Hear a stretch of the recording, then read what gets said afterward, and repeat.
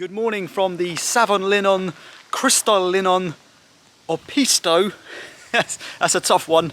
Here in Savonlinna, Finland. This is where I stayed last night, the Villa Pappila, and after I switched the video off in the last episode, I drove about an hour and 20 minutes in the end from Mikkeli here to Savonlinna, and I'm hoping during the course of this video to explore the old part of the city, the famous lakeside beautiful castle that is right there on one of the islands. So before we do all that, I think what I'm going to do is take you inside my accommodation and I'll give you a quick room tour.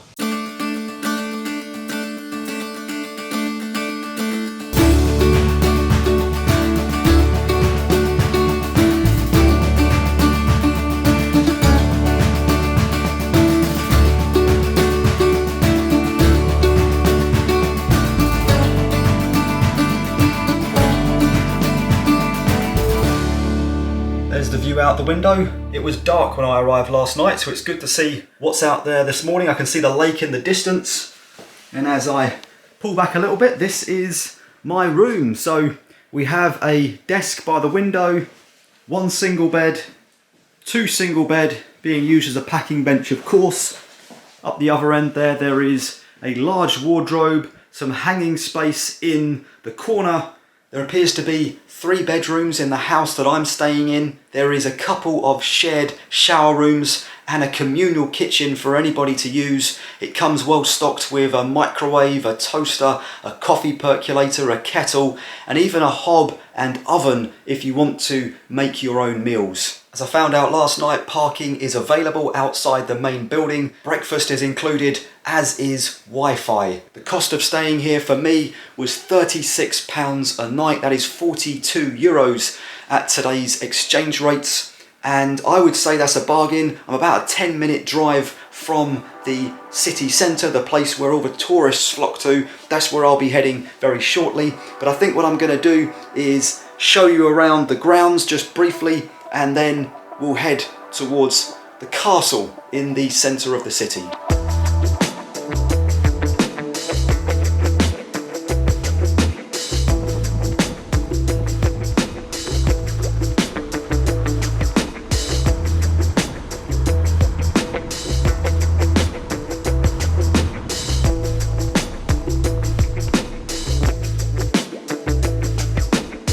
Well, I've parked up the rental car and I am making my way now towards the old town of Savonlinna. On the way here I filled up with fuel, 50 euros for 25 litres of unleaded petrol. Should keep me going for another few days. And I'm told that while I'm down here by the waters, by the way, this is still Lake Saimaa, which we have seen time and time again on this trip, the largest lake in Finland. Behind me is the castle, the very, very famous castle of the town. We'll be visiting that in a little bit, but first of all, I want to try and find the streets and old buildings of the old quarter. And while I'm walking by the lake here, I'm going to keep my eye out for the ringed Saimaa seal, which apparently is a seal that only exists in the lakes here of Finland. It got separated from the ocean's salt water during the last ice age and now has adapted itself to living in fresh water. There's only about 360 of them left, so they are quite rare to see, but I've been told to keep my eye out. Okay, let's see if we can find the old town, and then we'll come back to this castle in a little bit.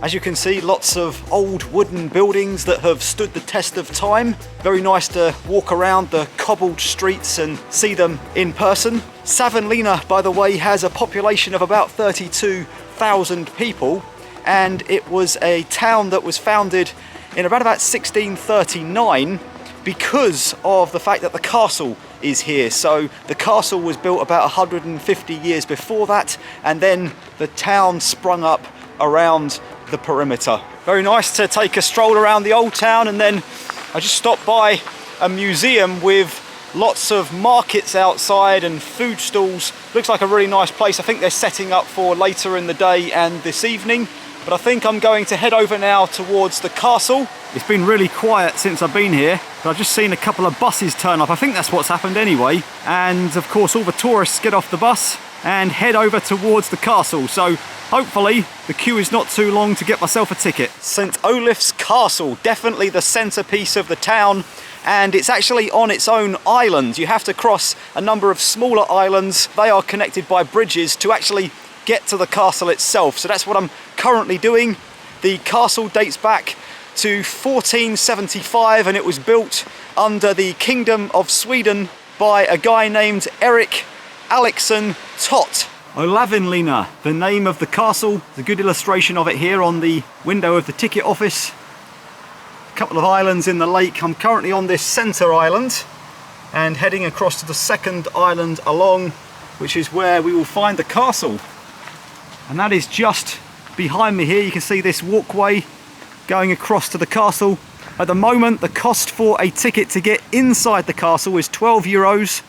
There are various discounts available for people under age 18 and senior citizens and groups of people, families, but it is free to walk around the outside of the castle. So I think that's what I'm going to do, and then we'll make a decision as to whether or not I go inside.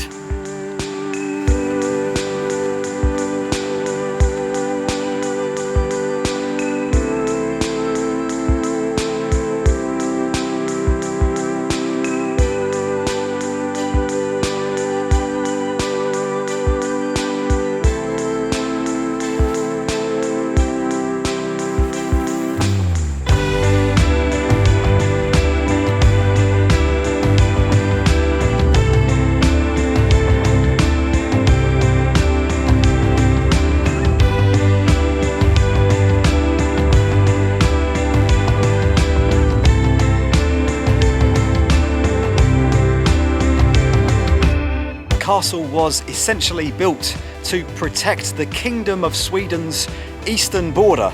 It had already been quite restless over that period of time, and they were very concerned of ongoing invasions that could happen in the area.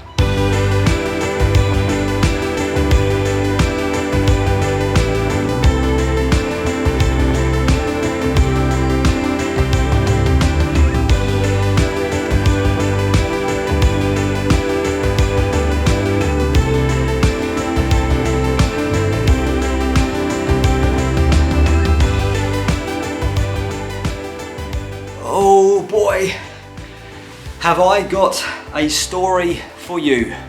So last time you saw me, I was in St. Olaf's Castle. I was just about to explain the strategic importance of the castle and how it was used to guard the waterways in the area and how the lakes don't freeze over in the winter so that soldiers can't attack over the lake by just walking across it in the peak of the winter. But I didn't get a chance to tell you any of that because just as I was inside the castle itself about to take a tour, I just paid my money, I accidentally decided to headbutt a door frame, a stone door frame at that, and at first I thought my cap might have saved me, but I was reeling for a couple of seconds. I mean, this nearly knocked me off my feet, and as I pulled up my cap a little bit and just felt inside of it, I realised that my head was bleeding quite badly and I had blood all over my hand. So I went to a restroom and tried to wash it down, and eventually a lady that worked at the castle, really kind and helpful lady, she actually tried to use a disinfecting wipe on it and put a plaster on to try and stop the bleeding. But it didn't work, so she ended up ringing the local hospital and asking for their advice, but she wasn't a medical professional and nor am I. I couldn't actually see the cut, that was part of the problem. So she recommended that I went to the local hospital and just asked them if they thought that I might need stitches or anything like that. So that's what I did, just to be on the safe side. I went to the local hospital, and I've got to say, I was there. I mean, I don't like hospitals, first and foremost. Nothing against them, but they just give me the willies. I just don't like being around them. I try and avoid them if I can. But unfortunately on this case I had no choice, so I went inside The first nurse that looked at me did a consultation, and what I didn't realise is that in Finland you have to pay for a consultation. It's about 40 euros, fair enough, so I paid my money. And then I went in for triage, and they ended up looking at the cut and not stitching it, but gluing it and then putting a plaster over. I think shaved a little bit of hair off the top there, and then they have applied the plaster. Quite painful. I've got to say though, as far as hospital visits go, it was a pretty good experience. I was only in there for 1 hour, so that is, I would say, very good indeed. So I left the hospital and I decided not to go back into the centre of the town and explore the castle anymore or anything like that. So instead I pressed on with some other plans that I had for today, and that is to explore some of the local areas outside of Savonlinna.